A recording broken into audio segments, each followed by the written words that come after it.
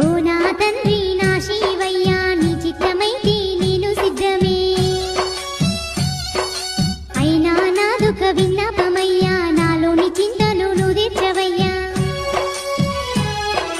పుట్టించేది నువ్వే గిట్టించేది నువ్వే ఎన్నెన్నో మహిమలు చూపిస్తావు ఓ నా తండ్రి నా శివశంకర నీకు కోపం వస్తే ప్రళయమేనయ్యా ఓ పరమేశ్వర ఓ జగదీశ్వర. సౌడాలమ్మ ఏం వరం కావాలో కోరుకోమ్మా.